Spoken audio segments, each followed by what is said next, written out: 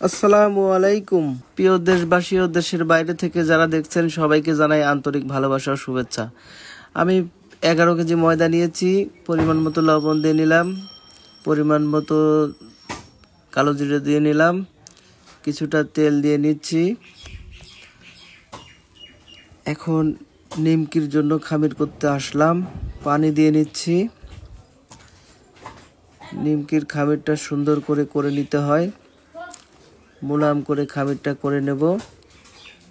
যত বেশি মোলাম করে খামিরটা করে নিতে পারবো তত বেশি নিমকিটা সুন্দর হবে। এই যে ঘুষিয়ে এভাবে খামিরটা করে নিতে হয় ময়দাটা মোলাম করার জন্য।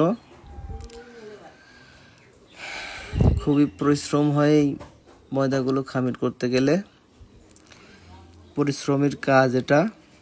আমার ময়দাটা সম্পূর্ণ হয়ে গেছে খামির করা। এখন চলে আসলাম রুটিগুলো বলার জন্য। এই নিমকির রুটি আমরা এখন বলে নিচ্ছি, দেখতে থাকুন ভিডিওটা, অবশ্যই সবারই ভালো লাগবে। রুটিগুলো ছাড়িয়ে দিতে হয়, বাতাসের মাধ্যমে শুকিয়ে যায়। এগুলো নেড়ে দিতে হয়, আমরা নেড়ে দিয়েছি অলরেডি। তো যারা আপনারা অনেকেই ভাবেন যে এগুলো গুছায় রাখলে হবে না, এগুলো আপনি ছাড়া দিতে হয়, এগুলো সুন্দর করে ছাড়া দিতে হয়, তাহলে নিমকিটা অনেক সুন্দর হয়। আমার মোটামুটি নিমকিগুলো বলা কমপ্লিট হয়ে গেছে। এখন আমি নিমকিগুলো কাটার জন্য চলে আসলাম। এখানে রুটি একটার পর একটা সাজিয়ে নিচ্ছি। এভাবে 8টা থেকে 10টা করে রুটি নিতে হয়, আমি এভাবেই কাটি আর কি। তো রুটিগুলো একটার পর একটা করে নিয়ে নিলাম। এখন আমি সুন্দর করে ছুরি দিয়ে কেটে নিচ্ছি। ভিডিওটা যদি আপনাদের কাছে সামান্য পরিমাণও ভালো লেগে থাকে তাহলে অবশ্যই সবাই লাইক, কমেন্ট, শেয়ার করে পাশে থাকবেন। আপনাদের ভালোবাসা পেলে ভিডিও বানানোর প্রতি আমাদের আরও আগ্রহ জাগে। আমি এখনও গুছিয়ে গাছিয়ে ঠিকঠাকভাবে কথা বলতে পারি না, যদি কথায় কোনো ভুল ত্রুটি হয়ে থাকে সবাই একটু ক্ষমা দৃষ্টিতে দেখবেন। তো আমি নিমকিগুলো সুন্দর করে প্রসেসিং করে কেটে নিচ্ছি। এভাবে নিমকিগুলো কেটে থাকি আমি। নিমকিগুলো আমার কাটা সম্পূর্ণ হয়ে গেছে।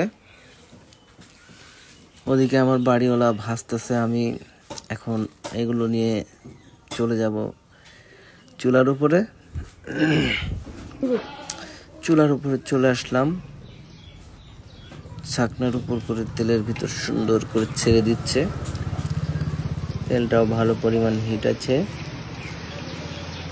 দেখতে খুবই দারুণ লাগছে। এখন ছাকনা দিয়ে নাড়াচাড়া করে দিচ্ছে।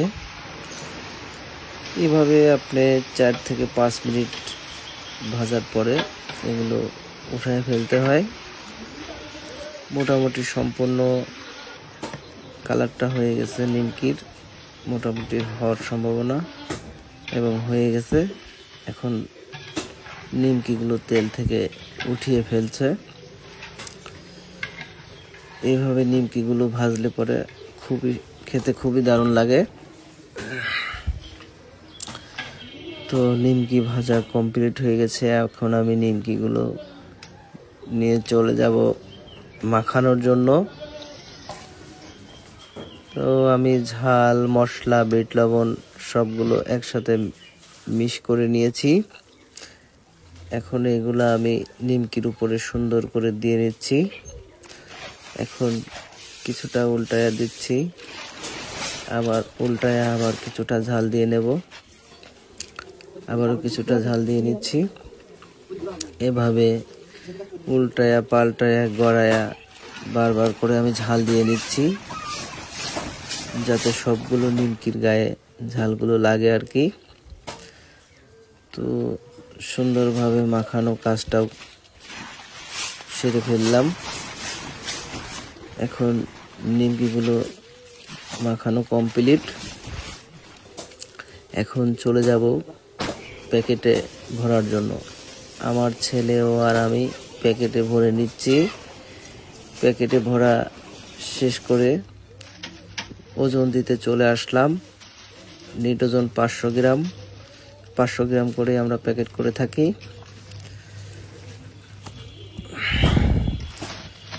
নিমকিগুলো আমার তামিমের আম্মু মুখগুলো মেরে দিচ্ছে। ভিডিওটা যদি আপনাদের ভালো লেগে থাকে তাহলে অবশ্যই কমেন্ট লাইকের মাধ্যমে জানাবেন। আর এখানে 11 কেজি ময়দা থেকে মাত্র 14 কেজি নিমকি হয়েছে। সবাই ভালো থাকবেন, সুস্থ থাকবেন। আল্লাহ হাফেজ।